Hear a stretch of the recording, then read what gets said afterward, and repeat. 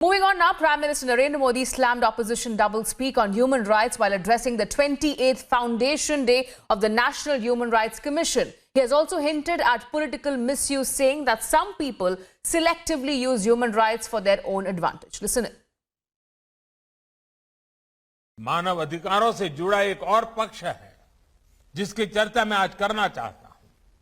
हाल के वर्षों में मानव अधिकार की व्याख्या कुछ लोग अपने अपने तरीके से अपने अपने हितों को देखकर करने लगे हैं। एक ही प्रकार की किसी घटना में कुछ लोगों को मानव अधिकार का हनन दिखता है और वैसी ही किसी दूसरी घटना में इन्हीं लोगों को मानव अधिकार का हनन नहीं दिखता। इस प्रकार की मानसिकता भी मानव अधिकार को बहुत ज्यादा नुकसान पहुंचाती है।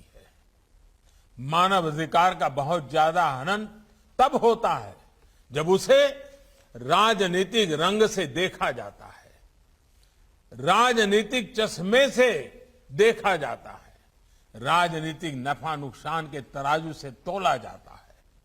इस तरह का सिलेक्टिव व्यवहार लोकतंत्र के लिए भी उतना ही नुकसानदायक है। हम देखते हैं कि ऐसे ही सिलेक्टिव व्यवहार करते हुए कुछ लोग मानव अधिकारों के हनन के नाम पर देश की छवि को भी नुकसान पहुंचाने का प्रयास करते हैं। ऐसे लोगों से भी देश को सतर्क रहना है। साथियों, आज जब विश्व में मानव अधिकारों की बात होती है तो उसका केंद्र इंडिविजुअल राइट्स होते हैं, व्यक्तिगत अधिकार होते हैं। ये होना भी चाहिए, क्योंकि व्यक्ति से ही समाज का निर्माण होता है और समाज से ही राष्ट्र बनते हैं। लेकिन भारत और भारत की परंपरा ने सदियों से इस विचार को एक नई ऊंचाई दी है।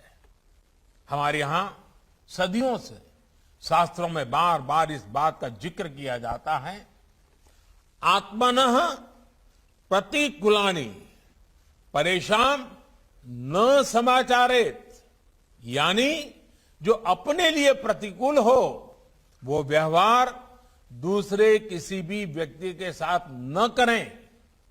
इसका अर्थ यही है कि मानव अधिकार केवल अधिकारों से नहीं जुड़ा, बल्कि ये हमारे कर्तव्यों का विषय भी है।